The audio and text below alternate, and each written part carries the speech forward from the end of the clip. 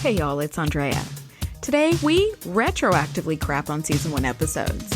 We create a helpful new scale for therapists, and we ask the question, why is it so easy to disable the Enterprise? Come nerd out with us.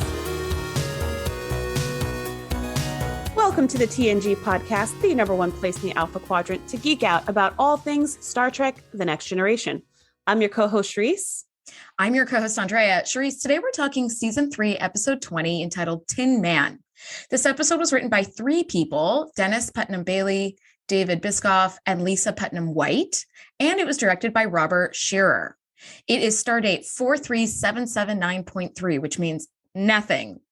Nothing, as we've established. A former patient of Troy's arrives to help the Enterprise establish contact with an unusual alien ship before the Romulans can reach it. Bum, bum, bum. Oh, I was waiting for so much more. You usually have such in-depth synopses. Sometimes I feel like short and sweet, and sometimes I'm like, the next day, Data's wearing green again, and this is what's happening. Yes, so this episode, my overall thoughts for this episode, I really, really liked it. This is, we talked off mic about this. This to me is Trek. This right here, an episode about something so unusual, but could be a thing that makes you really think, like, what is possible out there? And if such a thing existed, how would I react? How would others react? How would the world react? I love this episode for that reason. It is so Trek. What about you? What were your overall thoughts about this episode? I'm gonna do overall thoughts at the end, but I will start with my initial thoughts, which were, as I was about to hit play, I was like, oh, not this episode. I remember the man in, like, Troy's former student or former patient, just being very, like, whiny and like pain and gratitude, that kind of Troy-esque thing. But I'm gonna say, spoiler alert, my final thoughts are very different from my initial thoughts. But going into it, I was like, nah. And then I was like, very pleasantly surprised. I have some trivia about this. The writers Bailey, Biscoff, and White decided to create a screenplay of this story called Wood Tin Man, I believe, that they had already written and was published in some short story in the 70s. But they decided to write a screenplay of it after watching Samaritan Snare, the one with the Packlets and Picard needing open heart surgery, like that episode, because they felt, and I quote, that it was the most abysmal piece of Star Trek ever filmed. Well, clearly they didn't see season 1. No. So I found that in Captain's Logs, the unauthorized complete Trek voyages. I just think that it's really funny where you're like, well, I have a story to tell and it can't possibly be worse than Samaritan Snare. I bet we could do better. I mean, when you call it the most abysmal piece of Star Trek ever filmed, that's saying something. Yeah. Like I said, they didn't see season 1. No. Or that was in season 1, right? Have you seen Code of Honor? Code of Honor, anybody? Justice? Yeah. We've got some other ones. What was the one with the admiral who's aging in reverse with that shitty wheelchair? Oh God, yeah. What was the name of that episode? Who even knows? Because it was so bad. Because who cares? Too short a season. There you go. Too short a season. And really, it was too long of an episode. That's what it was. Too short a season, too long an episode. God, that's brilliant, Trace. Thank you for that. All right. So they wrote this thinking we can do better. But Robert Scherer, the director, wasn't thrilled with the finished product. He said, quote, "I was disappointed with Tin Man. It was an interesting show, but I don't think that I pulled off the sense sufficiently of the living ship. God knows I tried. We struggled and struggled with it, but we ended up a little bit insufficiently fulfilled." And I was like, okay, I could definitely see that. But what they were trying to do was potentially beyond their capacity as far as CGI and effects go. And I think it came across. You could see the ship was living. You could tell. I think that totally came across in the episode. Could they have, is that what they envisioned? Probably not. They probably envisioned something so much more visceral. Yeah. But I think for this, 45-minute episode, that was fine. It was totally enough for me as a viewer to be I get it. It's alive. I get it. See, and it's so interesting that you mentioned the visuals were not that great. And I agree with you. But other people clearly disagree because, believe it or not, this episode was nominated for an Emmy Award for Outstanding Achievement in Special Visual Effects. Which I was I mean, it was cool. Okay. When was this made? 1990 or 1991 or something? Yeah. 1990. Yeah. So, I mean, it was cool. And it was cool enough to get across what they were trying to get across. Mm-hmm. But but I could see them being disappointed with wanting it to feel more like you are inside a living ship. Yes. Versus you're inside a ship that has weird walls and a floor. That's yes. weird, yes. right? See, the inside, I thought that Tin Man looked really cool from the outside with like those little like flaps that had like light under. It that looked was like really, really rad. Yes. Space. It was beautiful. It was so cool when it like its warp speed or whatever spinning really fast was. Yes. That was so cool. And how it like lit up. That was really cool. That was amazing. When Data and Tam, jumping way ahead, but when they're inside the ship, I was like, that just looks like somebody took a shit ton of spray foam and just kind of like made it brown. Yeah. I was like, I really don't, I'm not buying it that you're inside a living thing. But yes, the other visual effects are cool. And you know what I'm thinking right now? The first episode of TNG ever, which was Encounter at Farpoint Station, was also created by a living being, right? You're right. So when they went inside of that living being, that was like the underground of the city of the space station. Mm-hmm. That was like a living ship as well. And again, it was just kind of like a cave. Like there's nothing very special about it. But you heard, but Troy was like, I feel something here. And that's how you know it was alive. So I'm not sure, I'm not sure how they could have really gotten across this whole idea that the ship is living. Like, I don't know how they could have made that stronger. Because inside the ship was kind of like wah wah.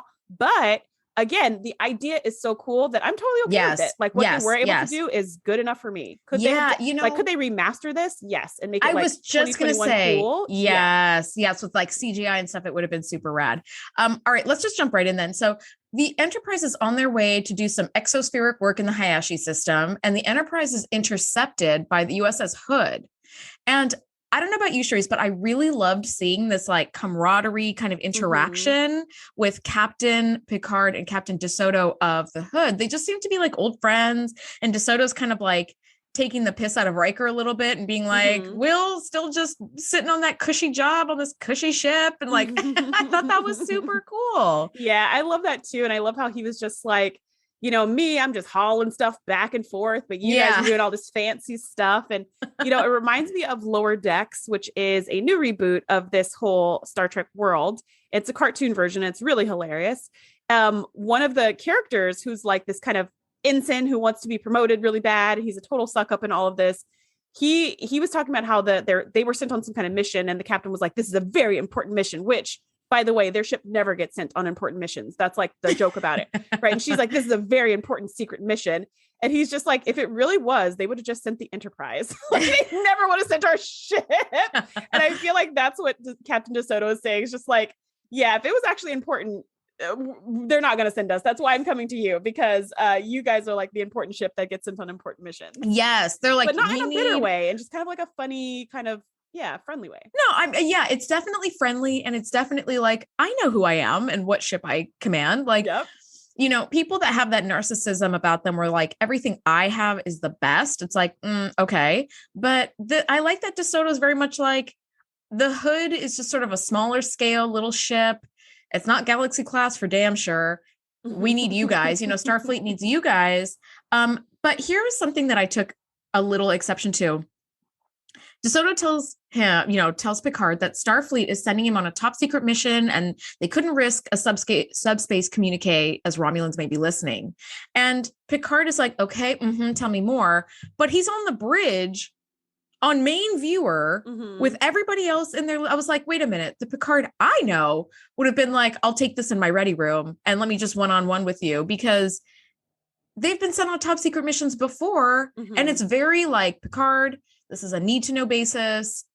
Yes. You can maybe tell Riker, but I was like, some random dude in like the science station at the back of the bridge is like, ooh, secret mission. Tell me more. Yeah, that's true. Usually he does kind of go into his ready room, but I think the reason why he didn't this time is because Captain DeSoto didn't actually tell him what the mission was. He said, we've got some human cargo, and that human cargo is going to tell you the mission. So he still didn't say anything over subspace about anything. He didn't say where they were going. He didn't say why. All he said was, there's concerns of Romulan interference, and we've got a passenger to drop off. That is all. And the passenger came on. When Tam came on, he said, here's your mission. Here you go. Right. So like, I feel like he's just saying the mission is top secret, but he didn't actually say anything. So I think it's okay in this case. Okay. Well, see, I could see that. I just thought the minute secret mission came out. It's like, I'll just take this in my ready room and we're just going to wrap this conversation more confidentially. Mm-hmm. But okay, yeah, he didn't spill the beans on what it was. He did say, we have a guest on the hood that we're sending over to you, which is another reason why we couldn't just subspace communication this.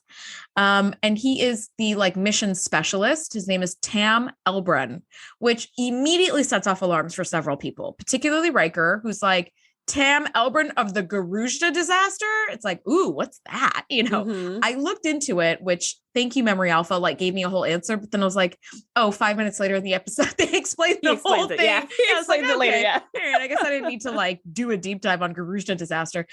Troy is also concerned.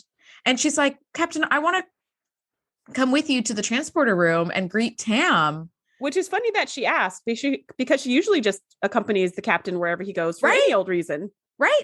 She doesn't. Yeah. She's like, oh, you're walking over there. I'll walk with you. But she informs Captain Picard in front of everyone that Tam is a former patient of hers, which I was like, nope. Now that's the part I took exception about. I did not care about patient confidentiality. Mm-hmm. Is that not a thing in 2366? It's 100% not a thing in 2366. Yeah. That was the thing that I took exception to, where she was like, Tam, I worked with him back when I was in, whatever on Beta Z.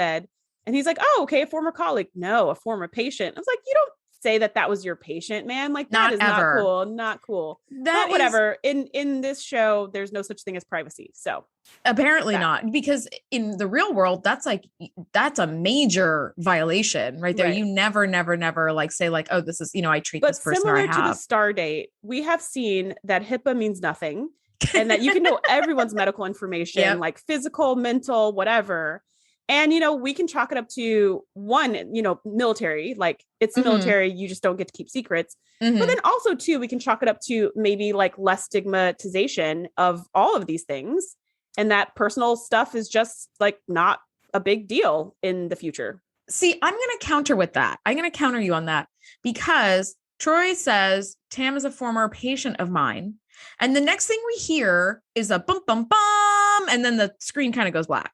Mm-hmm. And I'm like, I take this very personally, because as it looks like very 1990s writing, that someone seeking therapy is seen as like a bad thing. Oh, like a danger. It's like, you have to be in therapy. You're not stable or unhinged or something, right? Because she says he's a former patient of mine, and the screen goes black and we cut to credits and it ends on a bum, bum, bum.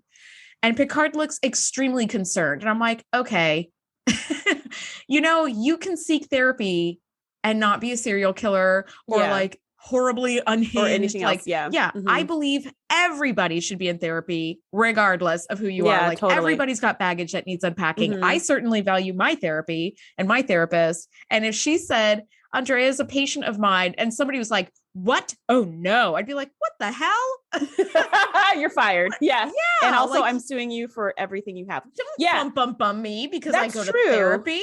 That's true. But I that's true. And they do talk about how, later on, Picard talks about how Tam seems unhinged, but it's more because of how Tam acts, like his behavior. Yes. Because Picard himself, like Troy, is his personal counselor.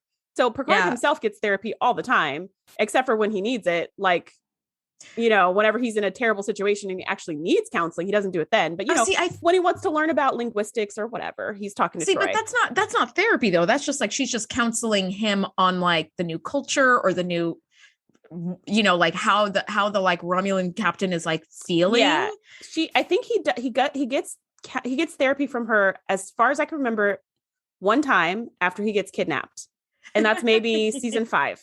He doesn't even get therapy after he's a freaking Borg. Like, come on. I mean, they talk about it, but it's more just like, that was hard. See, I feel like therapists need to ask you how you're feeling on a scale of 1 to 10. And they're like, 1 is you've just suffered like a mild kidnapping. Okay. And 10 is recently assimilated into the Borg. Like, how are you feeling from 1 is mild kidnapping? What's a mild kidnapping? Because as we have seen, Captain Picard gets kidnapped and then brought back to the ship, and he's like, ensign, set course for whatever. Like, he's not bothered. Picard could care less about mental health. Remember the guy who thought he was on fire in that realm where like Yes. your thoughts come into reality, and he's like, put the fire out with your mind. Now go get back to work. Yeah. It's like, It's like, but my skin is still horrifically burned. I'm pretty sure I have third degree and my uniform is all scorched. It doesn't matter. It doesn't matter who. Back to your station. We're at red alert. Well, in any case, I think you're right. And later on, though, Tam does act very strangely. Like he behaves strangely. And so Picard has less and less faith in him as time goes on. Yeah. Then Riker is pissed about this Garushta incident that he's going to explain. So those things combined with the fact that he was a patient make him seem just like completely untrustworthy to the crew. Yeah. Or at least to them. Well, as Troy is walking, with Captain to the transport room, she does fill him in that Tam is a telepath of extraordinary ability. Even for a Beta Z, he's like extra dialed in. And she's like, also, he's not what you would expect for like an ultra telepath. So he beams aboard.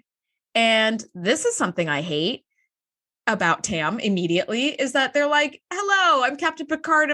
You get like 4 words into your sentence and Tam is cutting you off and just finishing your sentences for you. It's like, I just wrote in my notes, like, hey, asshole, stay out of my head. That's what I wrote. Like, I don't get out of there. You're not welcome. Let me put on my tinfoil hat and get you out of my head. I mean, in Tam's defense, he doesn't want to be in anybody's head. That is not his intention, and he can't turn it off. So it's not like, because we don't know that yet. But we do. Yeah, that's true. But we do have some aliens in future episodes that can choose to go into people's minds, like most Betazoids. Betazoids can choose to read someone's mind or choose not to read someone's mind. And also Vulcans, they can choose to read a mind or not. Yes. But Tam has no choice. It's just this barrage of thoughts constantly. And somehow he's able to pick out the thoughts of the people closest to him, which is really incredible. Wondered about that too. Cause it's like, you're hearing 1012 other voices and yet you're picking out Captain's. Yes. I agree. That is kind of a cool there's thing. Something about proximity, apparently, because they talk about that in this episode, but still, like, yes, poor Tam. Poor Tam. I just felt bad for Tam this whole episode. But we don't know that yet about him. So he just seems like a dick. I'm like, he reminds me of the like master strategist. Rami. Thank you. I can never remember his name. You're like my Star Trek wiki. Yeah. I feel like okay. Not knowing anything about Tam, which I did going into this episode. So I was like, oh, poor Tam. But not knowing anything about him, he does feel like Kohlrami getting off of this transporter pad and being like, here's this, here's that. Here's your little flash drive, which I thought looked so cool. I was like, oh, why can't we get data on chips like that? Because that just is dope. Like, I want one of those. I don't care what's on it. I just want one of those. But he's just like, here's what you want. Here's what you need. Here's what's happening next. Moving on. Like, he does have this kind of gruff, like, feeling at first, especially towards Picard. But then he turns to Troy and he calls her D, which I think is so cute. And he holds her hands and he just totally melts and is like a totally normal human when he's talking to Troy. And he's just like, D, how's everything? Da-da-da. Which Kohlrami never was. He was always a dick. At no point was he like a normal human. Kohlrami was always Tam talking to Picard. Always, to everyone. Always. Yes. Yeah. And there was this little moment that I loved that was just very like, Picard was just had to get his way in one little instance when he's like, okay, Data, take this like super cool ass looking thumb drive to Riker and we're going to get all the senior staff together in the observation lounge and we're going to meet in. And Tam is like, meet in 10 minutes. And Picard goes, Mr. Data, tell Riker we're going to meet in 15 minutes. It's like, hey, Picard all the way. I would 100% have taken the extra 10 seconds to do that. I would have so done that. I was like, don't tell me what to do, buddy. I run this ship. Yeah. And I loved when Data said something and Tam almost jumped out of his skin and was like, whoa, where did you come from? Now, obviously he saw him when he got off the transporter pad. Like he saw him standing there. He knew there were 3 people.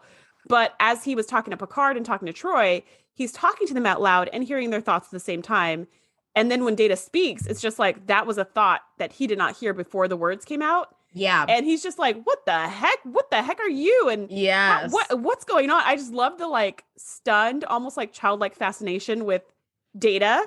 Yeah. And I just thought, man, this has got to be such a relief to meet someone. And he does mention it later. I love the Data Tam relationship, but he does mention it later where he's like, wow, I actually get to like, I have a chance to get to know someone for a change because I don't know everything that you're thinking every moment you're thinking it. And I just thought, wow, like how interesting for someone to appreciate the thing that we have to do. Yes. Because we have no other option. Yes. We have to get to know people the slow and steady way and trust that they're telling us the truth. What an interesting thought to have that be a privilege. Yes. Right where, there's a very common like icebreaker that we would always do with kids at the beginning of the school year. And we're like, if you could choose a superpower, what would it be and why? And everybody would usually pick like flight or invisibility, but some kids were like, I would want to be able to read people's minds and like know what they were thinking about me. And I'm like, that's very interesting that you say that. Like, that tells me a lot about you as a person. But also that sounds like an effing nightmare to me. I do not want to hear all the horrible things people are thinking about me. I don't want to hear that. Well, you're assuming that they're all horrible. For one, of course I am. Of course I can guarantee it's all going to be bad. Like, they probably will not all be bad, horrible things people are thinking about you, because honestly, we spend very little time thinking about anyone but ourselves. It's just like, survival of the species thing. And when we do think about other people, we rarely take the time to go out of our way to think bad things about other people. Like, most of our time is caught up with us thinking about ourselves. However, I will agree that I could care less what people think about me. For most people, almost everybody in the world, I don't care because they don't have enough invested in my life that their opinions would affect it. So if I don't want to hear you say your thoughts on me, good or bad, I sure don't want to hear you think them. Like, I don't even care, right? Like, I'm doing other things right now. So yeah, I would definitely not want that superpower. Give me the flight or invisibility any day. Actually, I don't want invisibility. I will definitely take teleportation though, because there you go. I hate traffic. I hate it. I was just talking to my husband about that the other night, and I was like, how rad would that be to be like, oh, where do you want to go to dinner tonight? Like, let's go to London for dinner tonight. You like zoom and then finish dinner and zoom right back. I mean, of course there's like time difference. You'd be having dinner at like 6 a.m. or whatever, but all of that could be worked out. That's all future stuff. I'm just going to say future stuff and wave my hands and say that's going to be worked out. But yeah, it's like, I feel like going to Cambodia for like a field trip with my students today or whatever. It's like, how freaking cool would that be? Come on, guys. Can we get on that? That's basically Ready Player One, where it's just like, we're going to learn about the solar system. We're at the sun. Like, so cool. So cool. Well, anyways, so Tam is kind of getting settled in and they're going to have I was going to say a board meeting. They're going to go meet with the senior staff.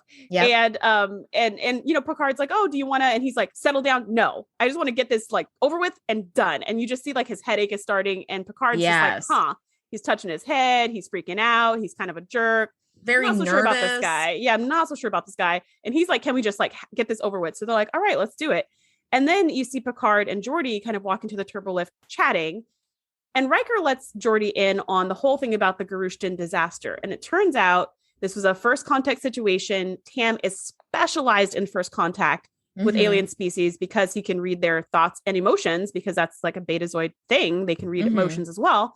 And something went wrong and 47 people died, including people that Riker went to the academy with, like his friends. And so he holds, even though Tam was not found responsible of any wrongdoing, it was whoever the delegate was who was doing the negotiating, the ambassador, whoever that was. Yeah, it was the captain of that ship of the Adelphi who died. Yeah. So, but Riker holds Tam responsible personally. He sure does. He feels like he should have seen it coming. He should have sensed more of the hostility. He should have had some inside track that things were going wrong long before they did. So Riker's already like, I don't even trust this guy because of what happened, X number of years ago.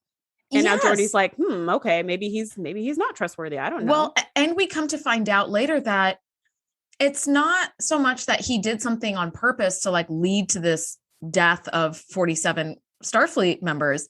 It's that he ends up getting so lost in these new species that he sort of loses objectivity. He loses sight of the mission. He just kind of gets swallowed up. And that was what happened at the Garushta disaster. But he also mentions later that he told the captain like what was going down and the captain didn't listen to him. Yeah. And he's like, I should have warned him more forcefully. Right. I should have done more. So it's not like he didn't do anything.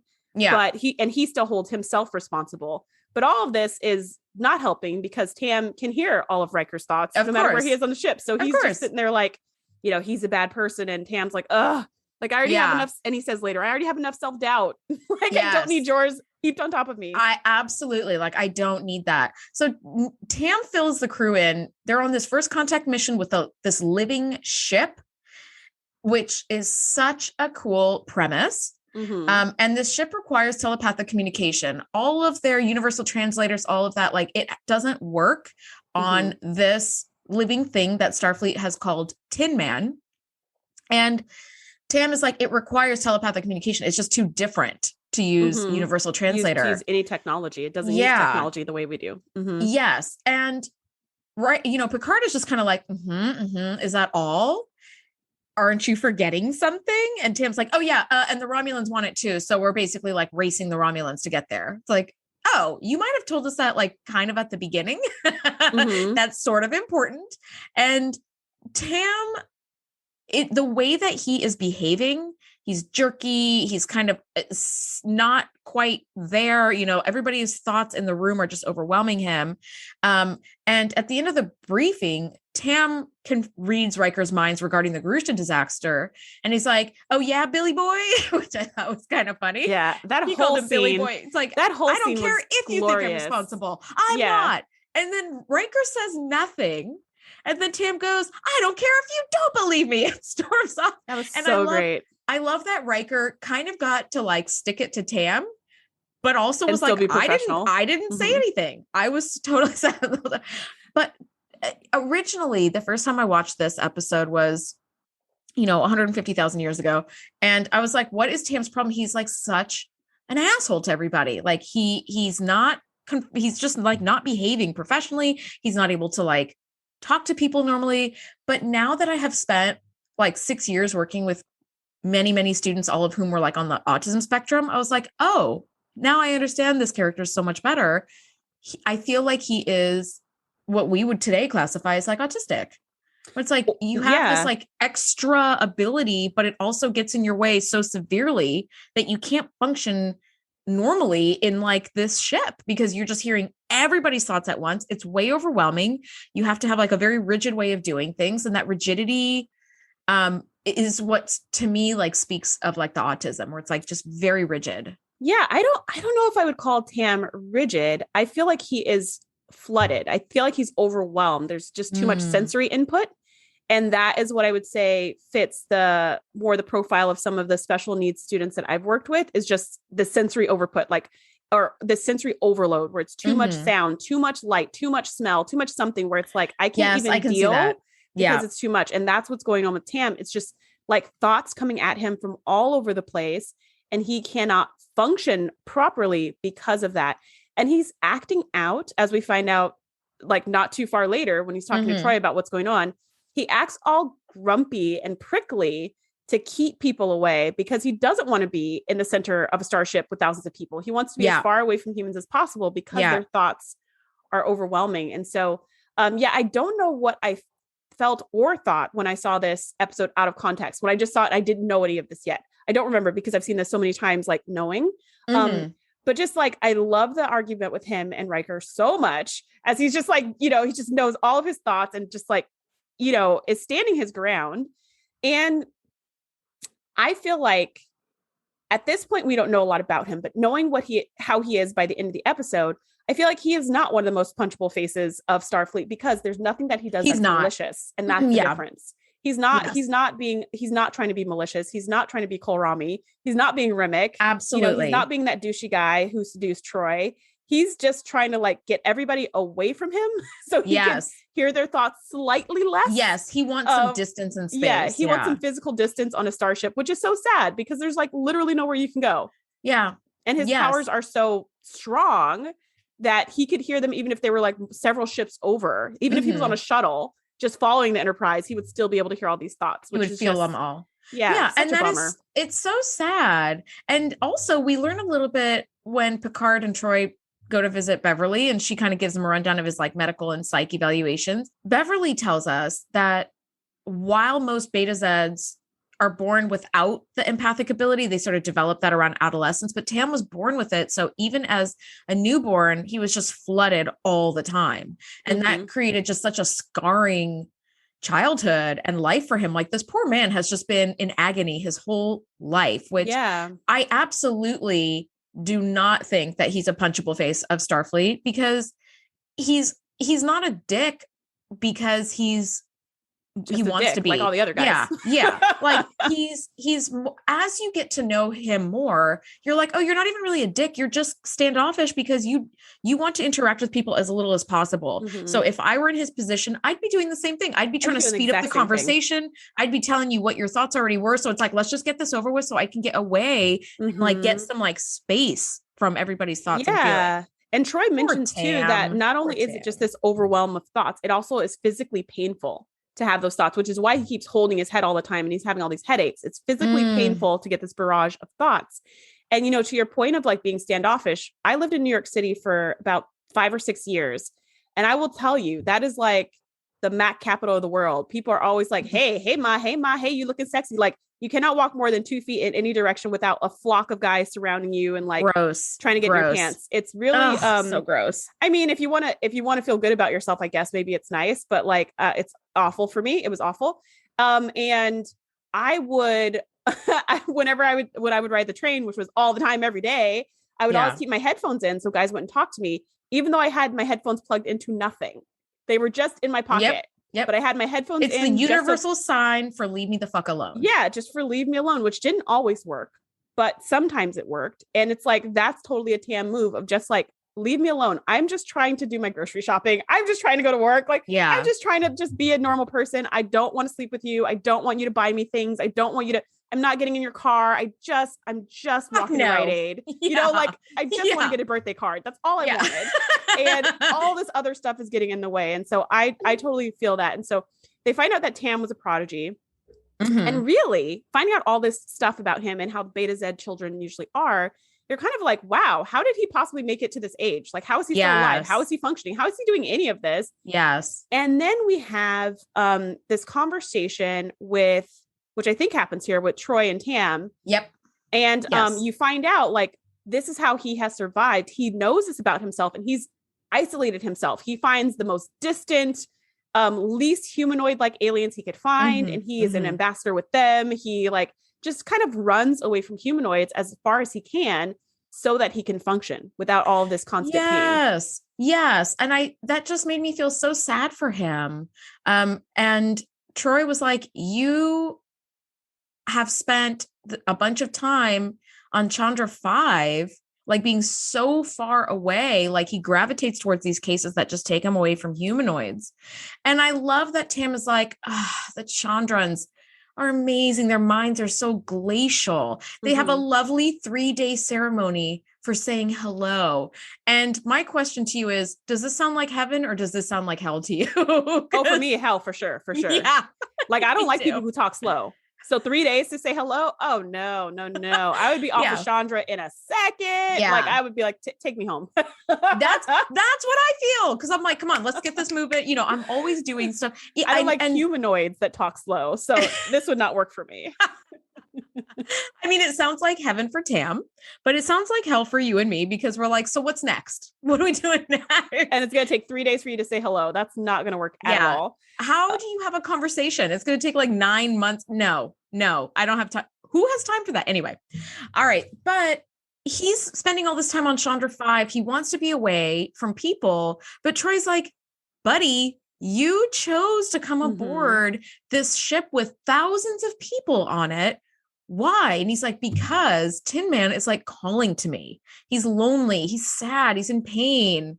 I think he uses it as the pronoun for Tin Man. He uses it. Yeah. So he's like, Tin Man is in pain and loneliness. And Troy's like, whoa, how would you know all this? And it's like, you've been in contact with Tin Man. And we're going maximum warp. And it's going to take us 2 more days to get there. How is this possible? Like, and she was like, you can't do that. Yeah. It's elevated. It's prodigy level, but it shouldn't be like this, far ranging. Yeah. She's like, it's amazing, but it's not that amazing. There's no way that you can be reaching over light years of space. To which he responds, you're right. I don't have that ability, but Tin Man might. Tin Man must, because Tin Man's communicating with me, and it's not words. It's just feelings and impressions, more than words. But yeah, I don't have that ability, but Tin Man must, which is just so cool, so interesting. And you're like, That's really cool that Tin Man is reaching out to the one person who can reach back. I wonder if Tin Man was reaching to like anybody who would hear. Yeah. And Tam was like one of the few, or only the only person who could respond or like, and who would even be interested in this assignment, right? Like Tam requested this. Yes. And was like, there's a living ship that no one can communicate with any technology. We're going to try a mind-to-mind connection. Yes. I'm down. Like, who else in Starfleet would have even been able to take that? And who would have taken it for the reasons of really getting to know the creature versus the fame and glory of, I'm the first one to talk to a ship. Yeah. A living ship, by the way, which is such a crazy premise, but so Star Trek. I agree with you. This is so Star Trek. It's a ship that's a living thing. That is just such a crazy concept and so cool. Cool. While all this is going on, though, the Enterprise is detecting what appears to be like a Romulan ship tailing them, but it's like cloaked, but not very well. And Wesley points out, like, normally when they're cloaked, like we can't detect them at all. But how are we able to like get kind of like a little signature kind of trace? And they're not even sure it's Romulan, but since Tam was like, also the Romulans really want this ship to like study it and like maybe use it as a weapon or something. And the ship is in Romulan space, by the way. Yeah. So this probably is a Romulan ship, but Geordi kind of posits this idea that they may be taxing their like energy levels or their engines so much that it's pulling energy away from the cloaking devices. And it's like, okay, so we're seeing like a shadow of cloaking. And Data is at the command at this point, because Picard is doing something else. And he's like, okay, yeah, we're just going to put this like on yellow alert, like the minute we detect any kind of change. And Troy goes to Tam and they have this whole conversation about Tin Man and the hell he's been living through. But as this is occurring, the Enterprise reaches Tin Man, but the Romulan ship like decloaks and fires on the Enterprise immediately. How does this not start a war? Like instantly. How does this not start a war? One ship firing on the other like that, just out of the blue. That's a war. That's like a declaration of war right there. I did not understand how at the end they were like, point. All right, well, I mean, the Enterprise is technically in Romulan space, so they have every right to be fired upon. I don't see how they could be like, hey, like they're in Romulan space. So see, but I feel like there have been so many times where like the space that they're in is very sketchy. It's like neutral zone-y kind of thing where they're like, hey, so what are you doing here? Right. And that's when it causes a war, when it's the neutral zone where no one has claim to that space. And then one ship fires on the other ship. Then it's like, all right, bring it. But when the Romulans are in Federation space, they're like, we will fire on you. And when the Enterprise is in Romulan space, they're like, we will fire on you. I guess like so. It's like once you get into somebody's property, if you cross that lawn, they can shoot you, right? Like you're on their property. But I didn't actually take it as Tin Man was in Romulan space. There was, from what I understood, just from like the mission briefing. Well, from what I understood from the mission briefing was that Tin Man was near this like star that the Romulans laid claim to like some of the planets in that system, but wasn't necessarily like deep into like Romulan space. But maybe I'm wrong. I guess I maybe just like I mean, they said it was Romulan territory. I don't know about deep in Romulan space. I don't know how deep it was. But it was their space. And I think it probably could have started a war if the Romulans had any interest whatsoever in fighting with the Enterprise, which they didn't. They just wanted to be the first ones to get to the alien ship. They shot a bunch of like phaser bursts and disables the Enterprise. Yeah, they just disabled it. As the Enterprise is disabled, the Romulan ship just like shoots on ahead to Tin Man, like just, full speed. Yeah, now, that yellow alert idea didn't really work out for them. Here's the thought I had. For all of the like pomp and circumstance surrounding the Enterprise as the fastest and baddest ship, it is remarkably easy to disable it. You fire 6 phaser blasts and shields are down, engines are fucking down. Like, yeah, that was weird. I wonder if the shields were up at all. Like, I wonder if the shields were even up when they got fired upon. I feel like it wasn't, because but I feel like if shields were not up, they wouldn't have been damaged. Like they weren't even activated. Where I was like, you guys, why is it so easy? Like the Borg are like, pew, pew, disabled. The Ferengi, pew, pew, disabled. Come on now, Enterprise. Yeah, I feel like the shields weren't even up, but maybe they were, and that was so easy to take them down.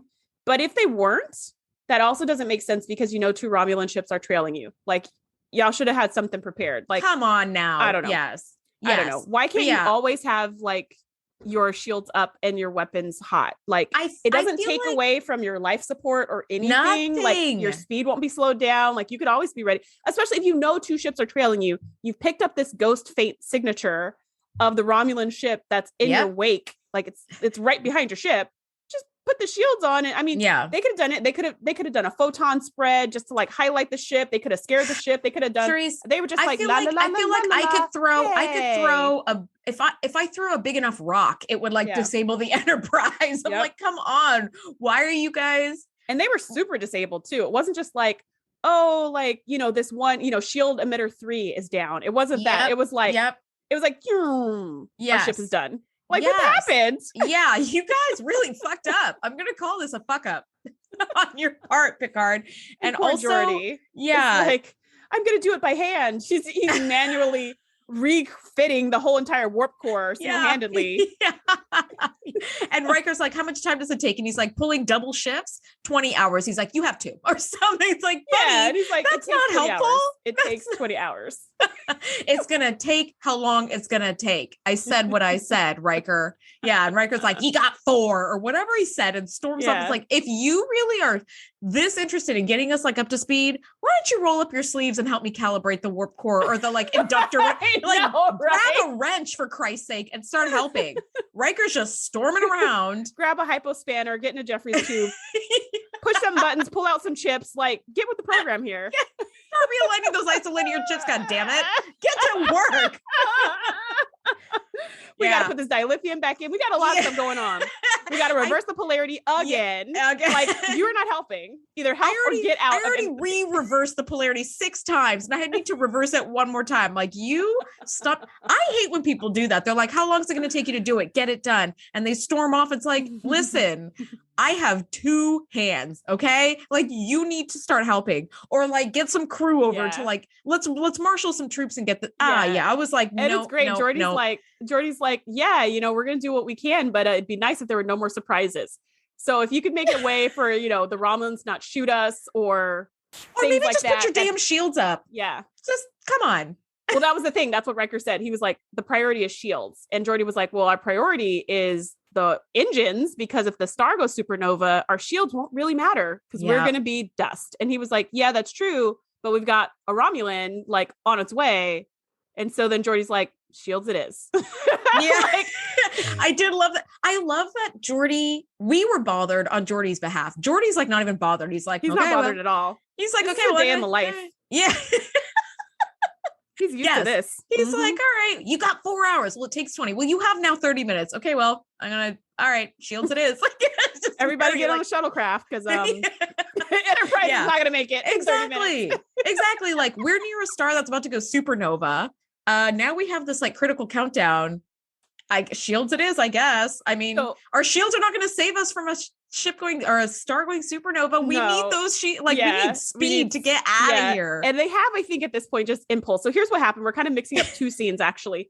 What happens is the Romulans fire a few just photons, disrupt or something, and then the Enterprise is like and shuts down, and then it's like it flies past them, and they start communicating with Tin Man, sending all of their technological communications they can, their version of a universal translator, and they're trying to communicate, and they can't communicate. So then they start powering up their weapons, which already were powered up because they just fired on the Enterprise, but whatever. They start powering up their bigger weapons and targeting them on Tin Man, and you see Tam on the bridge, who's like, Data's like, I think that was just a distraction. I think they just were trying to like knock us off course so they could go and meet Tin Man first. And Picard's like, interesting, like observe the situation and like, catch up to them. And they're like, we can't catch up. We've got impulse. Like we can just stand here and look at them. Exactly. And Tam is like, oh my gosh. At first he's like, yes, that was their intentions. And Picard's like, how do you know what their intentions? You can read their minds on the other ship. And he was like, yeah, when they went past me, I could read the mind of the captain. Yeah. And that was his orders. And you're like, holy cow, this guy's reading the minds of other ships. That's what I thought. Sheesh. I was like, damn, this man is incredible, invaluable in a combat situation because the thoughts of feelings, emotions, intentions of your enemy combatants. It's like, this is exactly what you need. We need 100 Tams for this. That they never used Tam in that way. because you know Starfleet is quick to try to like snatch up Lal or Data or something and put them into they sure are, you know, make them work for them. It's surprising that they haven't snatched up Tam to make him a spy. But Tam's got the free will and he's put himself in the ambassador situation in the like, you know, translator role, not in that war role. But yeah, so he's reading the minds of the captain. You're like, holy cow, this guy's amazing. And then he's like, oh no, their orders were if they can't communicate to destroy it, they're going to destroy him. And so Picard's like, all right, Wesley, full impulse, get there fast. And he's like, we're never going to catch up to him, Captain. We're going like 3 miles an hour, you know, in this whole and Tin Man is like 600,000 like kilometers away. So yes, very far away. So then Tam is like, oh, it'll never work. And he pushes Picard to the side on his own bridge, which I was like, how does that not get him court-martialed? But he pushes Picard to the side and then comes really close to the view screen, which I thought was hilarious because where he stands on the bridge has no effect on his abilities. Not at all. But for the scene, it looks very cool. So he comes really close to the view screen and closes his eyes and clenches his fists. And he goes, danger, danger, danger, danger, like to Tin Man. And he's sending his telepathic thoughts as hard as he could think them. Yes. At Tin Man to like, they are going to fire upon you. And like, as soon as Tin Man gets this telepathic communication, that ship starts spinning around really, really fast. It turns into a ball of light and this wave of light energy, which I call murder light, comes out. And just murder light blows up the Romulan ship. Just blows it into dust and like kind of knocks the Enterprise over and takes out whatever was remaining of the Enterprise's abilities to move or fire or put shields or defend itself. Then we have the conversation between Geordi and Riker. So that's what happened. Okay. So yes, you're right. It sends out this like crazy power source. I love Murder Light. I'm going to name my new band that I'm going to form today, Murder Light. And it destroys the Romulan ship outright, but it just kind of like rocks the Enterprise side to side. But yeah, because they were so far away because they couldn't get any closer because their engines were down. No, I don't think that's what it was, because you see the Murder Light like shooting out and it destroys the Romulan ship. And then right before it hits the Enterprise's hull, the light kind of shifts and becomes this like soft little thing. So it's like, interesting. My intention as Tin Man is to destroy this like threat. But I know that the Enterprise is not a threat because Tam is on here, like talking to me. So it just kind of like moves this. It really like reduces its power. So it goes like full punch into like Romulans and then just kind of like a nudge on the chin, like for the Enterprise. But that nudge was enough to knock out all the rest of the Enterprise's systems, which shows you how powerful that was coming from Tin a living ship. What the heck was that? Tin Man is a baller. Yeah, he's a baller. That was a really cool defense mechanism that you can just shoot out like murder light. That was amazing. Murder light. It is. So Tam has some kind of seizure. He's going to sick bay. So we see him in sick bay, and we've got pissed Picard. And who's always a good time. I love a good pissed Picard. Okay, it's like you need to explain what the fuck just happened because what did you do? Like you clearly communicated with Tin Man and like made it like do what it did. Like you obviously like woke up this like beast. And I gotta say, Tam launches into this incredibly sad and moving story of Gomtu, as Tin Man calls itself, Gomtu. And it came from this like very, very far away place. Once there were millions of them roaming the stars, but they started to disappear and it hasn't seen any of its kind for over millennia. So it's very old and very tired. And Gomtu is able to sort of communicate to Tam that it had a crew, but they all died when this explosion in space sent deadly radiation through Gomtu's hull. And like it lost all of its people. And I was like, oh my God. And I think a monologue like that would be so overdone and saccharine and like nails on a chalkboard if it wasn't for this actor who did just the most incredible like job, like expressing that like heart-wrenching, like tearing at your guts, like sadness. And Gomtu knows that this star is going to go supernova and is there for that reason. It wants to die. And I was like, oh my God, like it was just so, I literally stopped. I forgot about writing notes, Shereese. And I was just watching and so like invested emotionally in this episode. I was like, oh my God, that is the saddest thing I've ever heard. Oh my God. I had to I watched like 10 minutes and I was like, oh my God, I haven't written a single note. Like I have to go back. Yeah, this So part is really sad. sweet. And you see the change in Picard. He's no longer pissed Picard. He's now Yeah. compassionate Picard. And he's Yep. like, all right, what do we need to do? As opposed to being like, well, you still didn't answer my question, sir. I mean, and he did ask him a valid question where he was like, did you think at all about the fact that you might be putting this crew in danger? Did that even cross your mind? And Troy's like, well, Captain, I mean, like, and he's just like, and Tam's like, no, Troy, don't bother. I did not think about that. I'm just going to be honest. I acted on instinct. I was scared. I told him to defend himself, or I told it to defend itself. Yeah. And that's it. Like, I didn't think about this ship, and I do tend to lose myself. That's true. So I really appreciate Tam's vulnerability and understanding of himself. He knows who he is. He knows his strengths and weaknesses. He still has self-doubts. He's still not sure about things, but he's very self-aware. And that's amazing for someone who's so aware of everyone else's thoughts to also be aware of their own thoughts and feelings. I can imagine that could be very difficult. Yeah. And it would probably be very hard to separate the two and know where one ends and the other begins. And Tam is like, I need to beam into Gum-2. And Picard's like, no. And Tam's like, you don't trust me. And I love that Picard is like, Tam, I'm afraid I just don't. And this to me was like gold medal leadership. He wasn't spiteful about it. He was calm and neutral when he told Tam, like, no, you're right. I don't trust you. And I just thought he did such a wonderful job conveying, like, you gave no thought to the 1,000+ people aboard this ship, and you are losing yourself in this living being. So no, I don't trust you. And I was like, A+ for leadership right here. You're able to clearly let this guy know, like, I don't trust you. But he does take counsel from Troy and Data to offer input on the decision to allow Tam to beam over, because they're like, listen, this thing is going to die if we don't save it. So you're right. He goes from pissed Picard to compassionate captain immediately. And we still have the Romulan ship on its way, by the way, while they're having this conversation.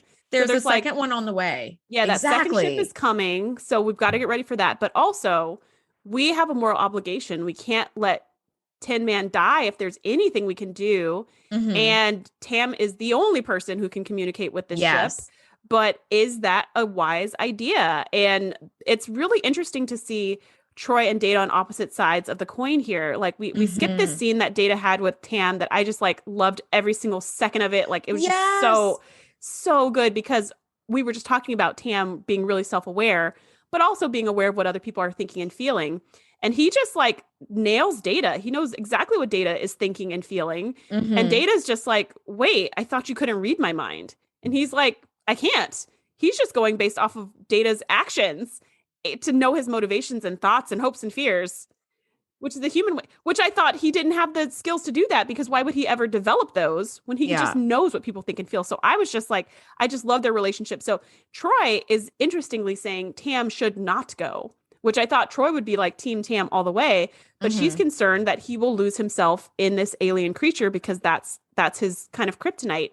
And Data is saying he should go because he's the only one who can communicate with it. And he's the only possible solution in this entire scenario. And it's just like the most logical thing. And he's also like, yeah, I mean, Tam might lose himself, but I can help. I'll help bring him back. I'll help keep him grounded. I have nothing emotionally invested in anything, which Troy obviously does, because she's a Betazoid. Yes.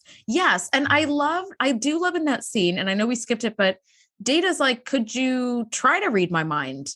And Tam's like, I can't. He's like, well, I guess it's because there's nothing to read. I'm just algorithms and mechanics. But Tam has this line that is so wonderful, and I think it applies to all life. He says, perhaps you're just different.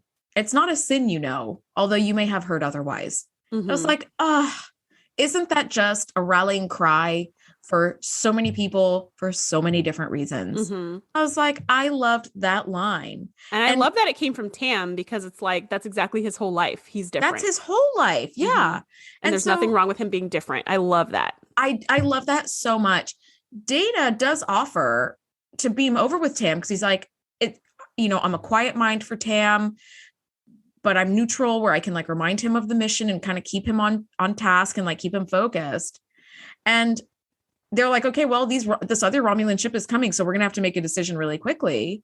And this new Romulan ship appears, and I loved that there's this fantastic slow panning shot of the Warbird nose to nose with the Enterprise. And the Warbird, in my opinion, is the best looking spaceship on Star Trek, hands down. It's so freaking like sleek and cool looking. I feel like everything about the Romulans is sleek and cool looking, with the exception of the like shoulder spikes that they have that feels a little bit more Klingon to me. But like everything they've got is like square and clean lines and very like sculptural. I was like, you guys just have the look going on. Seriously. Yeah, cool. Their ships are very, very cool. I love how they're green. And when you just see it like decloak, it's I mean, that never gets old. It makes pretty. The sound. Yes. It's cool. And then the nose to nose thing is totally unnecessary because it's like making a physical barrier between the Enterprise and Tin Man. Yeah. But like, it doesn't have to be that close. No. But it looks so cool in the shot. And I will say, yeah, they definitely have the coolest ships probably, aside from Tin Man. That's a super dope ship. But as far as like the ones we're used to seeing, they definitely have a super cool ship. I would have to say, as far as outfits though, I'm Klingon all the way. Like the Klingon garb, like I want to wear every single one of those outfits, and I want all the pieces. I want the belt. I think the sash. I want all of it. See, I'm with you on that. I think that the sleek looking uniforms, disruptors, ships, all of that belongs to the Romulans. But as for like fun outfits to wear, Klingon, baby, you've got weapons in your shoes. Come everything. On. You've got spikes on your shoes that turn into guns. Like, come on. Yeah. So great. But yeah, so now they're like, okay, the Romulans are here, and we have our shields now back up to like 40%.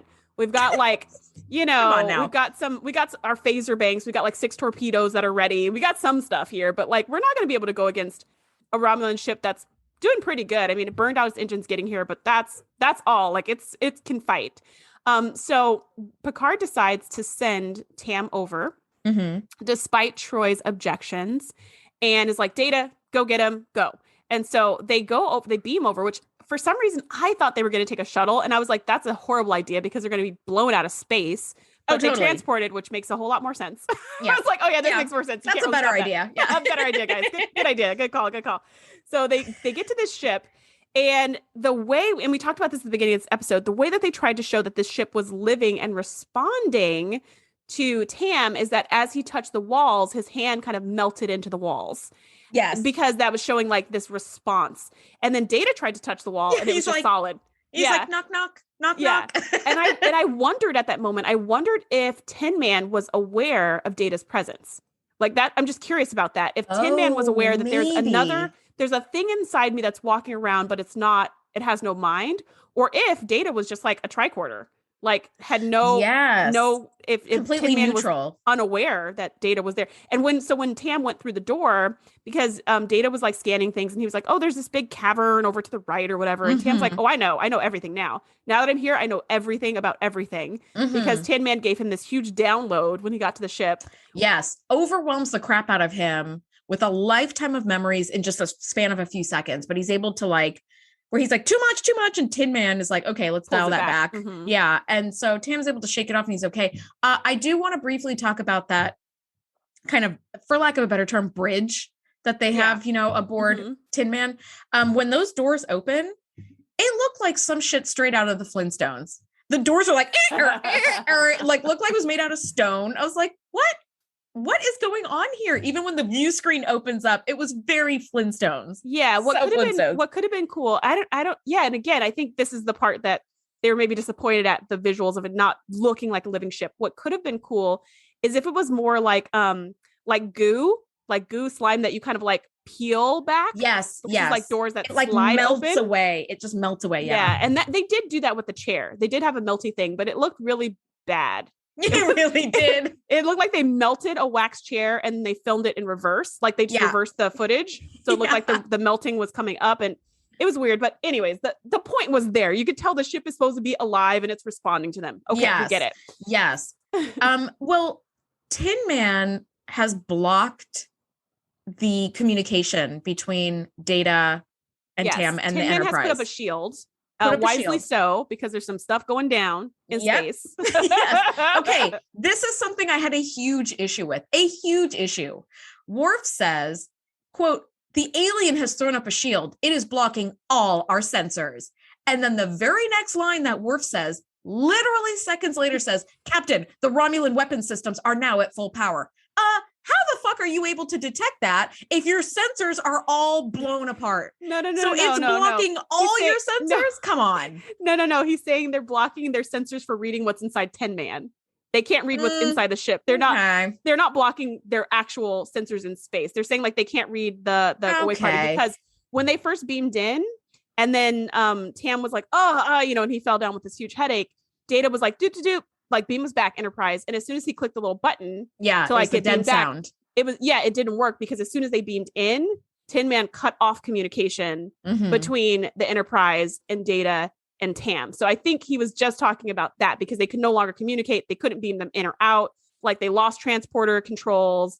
They couldn't even use sensors to know, are they alive in there? Like that's more what they were talking about, which was kind of concerning, because you're like, we didn't anticipate this would be a one-way trip. Yeah, we have people there. Hello. Yeah. So anybody in there? Yes. Okay. So there, when the sounds went down, I was like, oh crap! Like they can't even say beam us back, which was what Data was trying to say. Beam us back. It was like, no, y'all are here now. It's like, yeah, you're in. You're in now. You're locked in. Well, that makes a little bit more sense, because I was like, it's blocking all our sensors, no. and now you can. I was like, no, that's not what he meant. But now that I think about it, I answered my own question from earlier. Tin Man could definitely sense Data, because Tin Man that's right, transported Data back to the Enterprise. That's right. So it could definitely sense Data was there. So I answered that question. But yeah, there you go. That's more Tin Man was like, whoop, got my prize, doop, surrender myself. Like, I finally have another mind to talk to, and I'm not alone forever. And so you see kind of Tam and the ship bonding, and you see Data just scanning things. Yeah, he's like, he's like, I'll just be back here tricordering this to death. Yeah, I'll be over here. So yeah, Tam is like, I'm home now. Like, there are no more voices. The only voice that talks to me is Gontu. I'm at peace. And the supernova begins, and the Romulan ship like goes in for the kill. And Tin Man and Tam are now a unit. Tam has found the peace he's needed his whole life. So Tin Man throws the Enterprise and the Romulans clear of the supernova, but in a gentler way that doesn't damage the ships. It just kind of, it like pushes them away with cotton balls. It's a pushing light. It's not a murder light. No, it's not murder light. It's push light. Yeah. Don't mix up the two buttons, because that could be really bad. That could be super bad. But yeah, they end up getting the Enterprise and the Romulans, we assume, because we don't see them again, get pushed so far clear of the supernova that you see the supernova on the main screen, that it goes supernova. It's really cool. And they're like, okay, like we're so far away now, hundreds of thousands of kilometers, that the Enterprise has been near a supernova before, and they put up shields and it just kind of like rocks the ship around. Didn't even budge the ship this time. It was just this gleam of light on the view screen. It was just like, bing. Yes. They're like, wow. Oh my gosh. Really far away. And really lucky, because y'all did not have anything above like freaking. Geordi's like, told you. Impulse, told you so. Right? Geordi's like, can I have some more time now? Is there a rush anymore? And what I thought was really cool about that is Tin Man, not only did he push both ships, or it pushed both ships to, I keep calling him a he because it's Tin Man, not Tin Thing, which would be maybe more helpful. Yes. But anyways, it pushes both ships. Not only does it push them away from the supernova, it also pushes them away from each other, which I thought was a really nice touch, because the Enterprise is still pretty defenseless at this point, and completely needs to get the F out of that sector, like immediately. Completely. Picard sees the supernova and he's like, Data, and we hear a little like sizzle sound, and Data's like, yes, sir, I'm here. And I love that Tin Man knew that Tam wanted to stay. Like, Tam was home, but Data belonged with his people, and Tin Man was not going to begrudge him that. And I really loved that. I was like, this is so lovely that like Data is back. And how cool is that Tam could transport, not Tam, that Tin Man could transport over like hundreds of thousands of kilometers. Just God only knows. Yeah, there you are. I was like, wow. This is an amazing like creature. Yeah, through shields and everything. Even through a supernova, can beam through anything. That's just amazing. Right. right? You can beam through shields. I can beam through supernovas, buddy. Okay. So the whereabouts now of Tam and Tin Man are just purely speculative. It's like they may be, God only knows where they are. And I love that the very ending is that Data meets with Troy to try to help her understand Tam's decision to stay with Tin Man. And Data's like, they completed each other.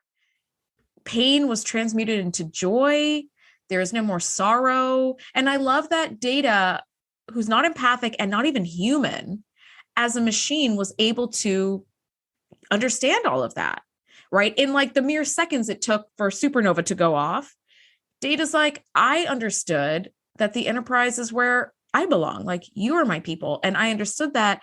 And I felt like that was a really subtle and gentle, but beautifully powerful way to show us that Data has like reached sort of this newer level of consciousness that he didn't have before he worked with Tam and Tin Man. Because Troy was like, you understand, like, you get it. And he's like, yes, I do get it now. I didn't before, but I do now. It's like, Data's leveling up a little bit. I loved it. I loved that so much as the ending. Yeah, I really loved that whole, I mean, it was weird that he summoned her to like the observation line. That part was weird. I imagine they were just both on the bridge. And Data was like, can you just come to the observation line so we can speak really quickly? That way it's like, we don't have to turbo lift and go to quarters. And that's what, it didn't strike me as strange. The staring out the window, kind of like a villain, sort of was a little strange to me, but I was like, I guess Data's just processing. I don't know. Shereese, that's where the episode ends. Do you have any final thoughts on this?